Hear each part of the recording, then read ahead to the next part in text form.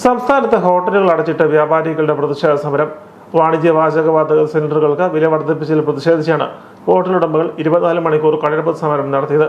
ഹോട്ടലുകൾ അടഞ്ഞതോടെ നഗരങ്ങളിലെത്തിയ നിരവധി ആളുകൾ ഭക്ഷണം ലഭിക്കാതെ വലഞ്ഞു.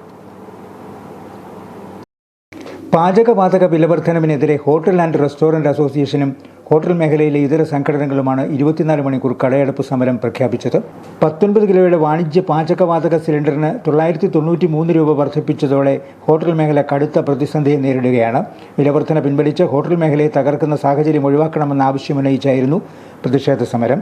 ചെറുകിട ഹോട്ടലുകളുടെ നിലനിൽപ്പിനെ ബാധിക്കുന്ന തരത്തിലാണ് വിലവർദ്ധന ഉണ്ടായിരിക്കുന്നത്. ഹോട്ടൽ വ്യാപാരികളുടെ സമരത്തെ തുടർന്ന് ഹോട്ടലുകൾ അടഞ്ഞുകിടുന്നതോടെ ഭക്ഷണം കഴിക്കാൻ ഹോട്ടലുകളെയും മറ്റും ആശ്രയിച്ചിരുന്നവർ ഏറെ ദുരിതത്തിലായി. പലർക്കും ഭക്ഷണം ലഭിക്കാത്ത സാഹചര്യമാണ് ഉണ്ടായത്. ഹോട്ടൽ മേഖലയെയും കാറ്ററിംഗ് മേഖലയെയും ആശ്രയിച്ച് കഴിയുന്ന ആയിരക്കണക്കിനായ തൊഴിലാളികൾക്കും അവരെ ആശ്രയിച്ച് കഴിയുന്ന കുടുംബങ്ങൾക്കും ഇന്ധനവില വർധന വലിയ വെല്ലുവിളിയാണ് ഉയർത്തിയിരിക്കുന്നത്. കോട്ടയത്ത് സമരത്തിന്റെ ഭാഗമായി പ്രതിഷേധ മാർച്ചും ഹെഡ് പോസ്റ്റ് ഓഫീസിന് മുന്നിൽ ധർണയും സംഘടിപ്പിച്ചു.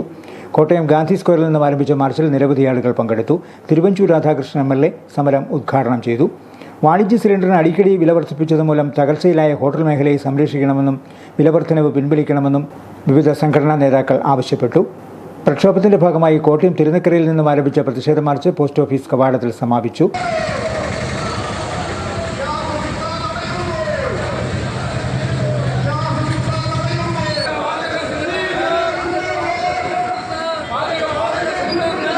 ഹോട്ടൽ മേഖല തകർന്നാൽ അതിൻ്റെ പ്രത്യാഘാതം വലുതായിരിക്കുമെന്നും പൊതുസമൂഹത്തെ അത് ദോഷകരമായി ബാധിക്കുമെന്നും അവശ്യ സേവന മേഖലയായി ഹോട്ടൽ വ്യവസായത്തെ കണ്ട് സബ്സിഡി അനുവദിക്കണമെന്നും സംഘടനയുടെ ജില്ലാ പ്രസിഡന്റ് KK ഫിലിപ്പ് കുട്ടി ആവശ്യപ്പെട്ടു.